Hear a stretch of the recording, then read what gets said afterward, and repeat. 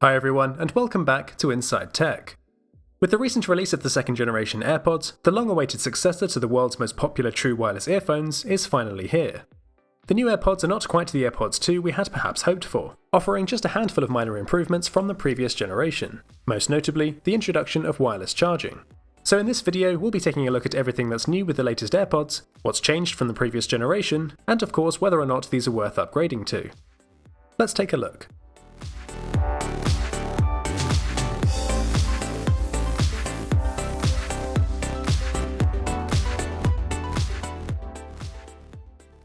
To make this a fair comparison, I have here a brand new pair of both the new and original AirPods. As you can see, there isn't much to separate the two on the outside of the box, and the same applies to the inside too, with both AirPods being packaged identically. The first thing you'll see is the included paperwork. We then have the AirPods in their charging cases underneath, and finally the USB to Lightning charging cables at the very bottom. Taking a look at the charging cases first, there are a few changes to tell these two apart. The first being that the case's battery LED indicator has been moved from the inside of the case onto the front, which is really where it should have been in the first place, but the idea here is to let you know when your AirPods are charging without having to open the case. The second being that the Bluetooth pairing button has been moved into the centre. Since AirPods can automatically pair, this is something that iOS users will probably never need to worry about, but if you're going to pair your AirPods to an Android device, you'll need this button to enter pairing mode. And the final change is that the hinge now has a matte finish rather than glossy, which I think doesn't look quite as nice as on the original AirPods, but is no longer a fingerprint magnet. The hinge itself also feels a little more sturdy with the new AirPods, with less sideways movement on the lid, so should be more durable in the long term. But both cases still snap open and close with satisfying precision, and the magnets are well balanced for keeping the lid secure. Aside from these changes, the two charging cases have the same glossy white finish, and almost identical dimensions and weight. The AirPods themselves are also held securely in place with magnets, which not only helps to guide the AirPods into position when placing them back into the case, but also prevents them from falling out. Secure magnets for true wireless earphones for me is a must-have. They create a clear distinction when placing the earphones into or removing from the charging case, which means that the auto turn on and off feature works every time, so this really is quite important. There's no visible difference in the new and old AirPod design whatsoever, so if you didn't like the old design or if these didn't stay in your ears, the new generation won't be any good either. For those who are new to AirPods, the design follows that of the AirPods that come bundled with every iPhone, only with a slightly longer and thicker stem, and of course completely wire-free. A double tap is still used as the only available gesture for a limited number of commands, such as play, pause and skipping tracks, but there's still no way to adjust the volume on the AirPods themselves. Sadly, the touch panel is still as unreliable as in the original AirPods, and I still needed to tap unnaturally firmly to trigger a response, something I had hoped would be improved upon with the new generation, but at least the chance of accidental presses is very low. Once you adjust to the required pressure though, commands are pretty fast and responsive, and fortunately tapping on the earphones doesn't create that loud harsh sound we've seen with other earphones. The auto pause and play when removing either earphone is also as reliable as ever, and has perhaps the best performance from any true wireless earphones with this feature, particularly over prolonged periods of time, where I found this feature's performance had deteriorated in some of the competition. The AirPod design is fairly unique in that the earphone doesn't sit inside your ear canal, as with the majority of true wireless earphones, which has both pros and cons. The advantage is that the earphones are often more comfortable, resting effortlessly in your ears rather than pushing into your ear canal, and I personally find AirPods to be one of, if not the most comfortable true wireless earphones I've used for this reason, certainly after wearing for prolonged periods of time. Weighing just 4 grams each, it's easy to forget the AirPods are in your ears after just a short time of listening. It's also fast and convenient to just slip the AirPods into your ears and achieve the right fit first time without having to fiddle around with them. This also means that the optimal positioning for sound quality can be reached very quickly. Whereas in most true wireless earphones, it's imperative to find just the right fit in order to achieve the best sound quality, particularly with regards to bass. With AirPods, the sound quality is unaffected by changes in their positioning with your movement, whereas the slightest movement with some of the silicone ear-tip earphones can knock the earbud and break the tight seal, compromising on the audio quality. This design choice defines the AirPod's greatest strength, but also its greatest weakness. The drawback of the design is that you don't get the same level of noise isolation as you would with earbuds that sit inside your ear canal, which also means that sound leakage is a bigger problem too. This makes the AirPods better suited to indoors or quiet environment use, since there's no way to isolate your audio from the external noise in loud environments, and I certainly noticed the depth and bass was lacking when using these outside in crowded places. A lack of bass is a common complaint with true wireless earphones, and a huge part of this is down to how secure the fit is inside your ear, which can be the difference between mediocre, even tinny sound, or deep, full-bodied bass. AirPods don't sit inside your ear canal or form a tight seal, so there's no way to achieve this isolation or to improve the audio quality by varying the positioning. Without that tight seal, you might also find that AirPods fall out of your ears, a common complaint amongst AirPod users. The new AirPods are still only available in the one size, and an in-ear silicone ear tip style redesign was high up on my AirPods 2 wishlist. How well these fit is of course going to come down to your ear shape. Some people are even able to run and work out with their AirPods. Personally, I never could trust my AirPods to stay in my ears without moving, and so couldn't use them whilst running. But because of their less intrusive and more comfortable design, they were my preferred option when it came to casual listening at my desk. No official statements about water resistance for the AirPods have been released, which is an area where they're still lacking against the competition. But given that AirPods are featured heavily in ads of people working out, it's pretty safe to assume that they're sweat-proof, especially since teardowns have shown that the speaker grills have been engineered to allow air to pass through, but not water. Recent teardowns on the new AirPods have also shown a thicker hydrophobic coating over the circuit board, so the new AirPods will be more likely to survive an accidental trip through your washing machine. But as with the last AirPods, I would recommend avoiding exposure to water whenever possible. Whilst the external design remains the same, there have been a number of internal improvements with the new AirPods. The first of which is the new H1 chip, replacing the W1 chip from the original model. The new chip brings hands-free Hey Siri to the AirPods, which was previously only available when tapping the AirPods. From my testing, the response time of Hey Siri has been really good, and the microphones picked up the command even when speaking very quietly, but did struggle in loud environments. For those that use Siri often with their AirPods, the Hey Siri feature will be a welcome addition, particularly since this frees up the double tap command to be something else. The H1 chip also brings a faster and more stable connection to AirPods, which is evident in the faster pairing to devices, but most notably in switching between devices, which Apple are saying can be up to 2 times faster, which does seem about right from my testing. Simple switching between Apple devices is still by far my favourite AirPods feature, but one that only those invested in Apple's ecosystem will be able to take advantage of. For all of AirPods' faults, if you own an Apple Watch, iPad or iMac, they're still the best true wireless earphones for these devices for this feature alone.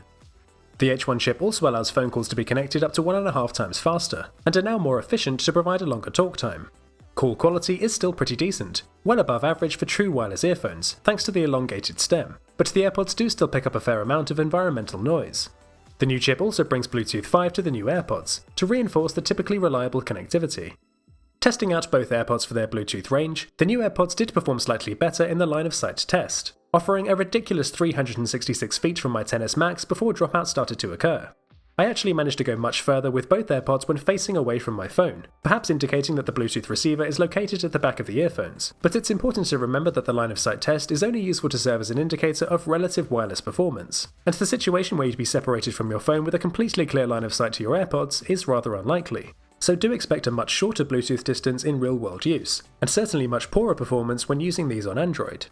The connection stability in the new AirPods was generally a bit better than the originals, often maintaining the connection in obstructed environments where the old AirPods couldn't, so the stability definitely seems to have been improved.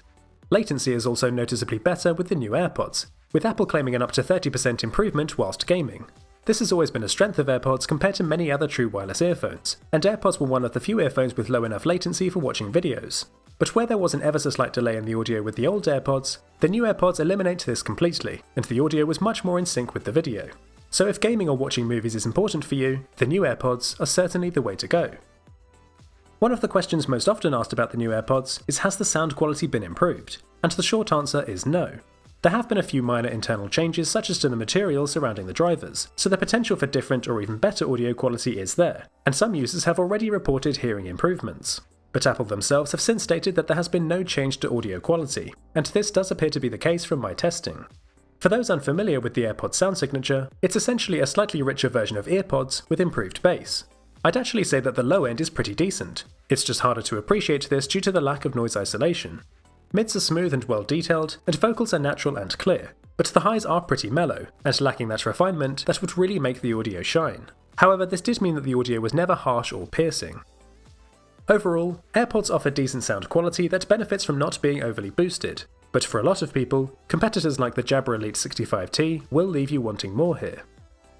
Of course, the most notable new AirPods feature is that the case can now be wirelessly charged from any Qi-compatible wireless charger. Although I didn't expect it, wireless charging in my smartphones has become a huge convenience, and it's great to see that I can now wirelessly charge my earphones too. It's a steep price to pay the extra cost just to have this feature, but hopefully the new iPhones later this year will feature some form of reverse wireless charging to make this even more useful, similar to how Samsung uses their PowerShare feature. When it comes to battery life, Apple have been pretty vague when it comes to the improvements made with the new AirPods, and now claim more than 24 hours of battery life with the new charging case. They still claim up to 5 hours of listening on a single charge, keeping the AirPods at the industry-leading standard, and now up to an extra hour of talk time thanks to improved phone call efficiency. Compared to the original AirPods, these did give me a slightly longer battery life overall, and also from a single charge. The AirPods fast charge feature remains unchanged, with a 15-minute charge providing up to 3 hours of listening time, a handy feature I found myself often using. I don't think that there's a significant enough improvement here to warrant an upgrade based solely on the battery life, but if you've had your AirPods for a while and are getting a couple of hours less battery life than you used to, upgrading to the new AirPods would be a justified move. If you're looking to pick up the new AirPods, they're available for the same price as the original AirPods at £159 for the standard model, placing AirPods at about average for flagship true wireless earphones. For an extra £40, you can pick up the wireless charging case model, which is the only difference separating the two models and does push the new AirPods into that higher price tier range. Apple are also selling just the wireless charging case on its own for £79, for those who want to upgrade their current AirPods to be wireless charging compatible. I personally think that this is an extortionate price to pay, especially since you wouldn't be getting any of the other improvements that come with the new AirPods, so I definitely wouldn't recommend doing this. The only reason I could think that this would be a good option is if you've somehow lost your charging case, but kept hold of the AirPods themselves, but I'd imagine that, if anything, you'd lose an AirPod or two rather than the case. As for deciding between the standard and wireless charging AirPods, I personally would pay the extra cost to have wireless charging, but only because I prefer not to use cables and that it suits my lifestyle better. £40 is a lot of money for just one extra feature, so the better value does lie in the standard charging case. I can't help but feel as though the wireless charging model should be priced at the original £159 though, with the standard model being slightly cheaper, but that's Apple for you. I must admit that the cancellation of the much anticipated AirPower has soured the release of these new AirPods, particularly since wireless charging is the major new feature. For Apple to have allowed millions of excited fans to order their new AirPods for a few days before cancelling AirPower is a pretty poor move on their part, so I definitely empathise with those who no longer want to order the new AirPods. Of course, I don't want to spoil your potential enjoyment here. The AirPods are undeniably a great product, but Apple as a company have made some poor choices recently, and I think it's important to address this too. Overall, the improvements made with the new AirPods are certainly welcome, particularly the lower latency and the addition of wireless charging. Those who would use their AirPods for phone calls often, or who will utilise the hands-free Siri feature, will certainly benefit the most from upgrading to the new model, but my AirPods wishlist remains largely unchanged, namely better touch controls, guaranteed water resistance, and an in-ear canal design for greater noise isolation and a more secure fit. Issues which Apple are hopefully addressing with the newly announced Power Beats Pro, so if you're still unsure or have fitness use in mind, it might be a good idea to hold out for those. The new model is simply a refreshment of the original AirPods, and for this reason I don't think that there's enough being offered here to warrant an upgrade from your current AirPods, unless of course you've had them for a while and your battery life has started to deteriorate. If you're new to AirPods though, the new model would be a worthwhile purchase for those looking to enter into the true wireless earphones market, particularly if you're looking for a pair for casual listening. AirPods do get a lot of hate, which I think is a bit unfair considering that they are a well-designed and decent pair of earphones, even offering a handful of best-in-class features, as long as you have an iPhone. The exclusive features to iOS and significant performance drop when using these on Android means that there are much better options out there for non-iPhone users. Audiophiles especially might want to look elsewhere, where competitors like the Elite 65T offer a noise-isolating alternative with much better audio quality. At £199 for the wireless charging model, the new AirPods are one of the most expensive true wireless earphones you can buy, but for Apple device users do still remain the best option available. By comparison though, the wireless charge-compatible Galaxy Buds are available from only £129, but whether or not this actually equates to better value overall, I'll be getting into properly in my upcoming side-by-side comparison. But what do you think about the new AirPods? Is there enough of an improvement here to warrant an upgrade for you? Let me know in the comments if you'll be upgrading, and also what you think about Apple cancelling AirPower. Has this stopped you from buying the new AirPods? If you enjoyed the video then please give it a like, make sure you're subscribed with notifications on so you don't miss out on any upcoming tech videos like the Galaxy Buds vs AirPods coming very soon.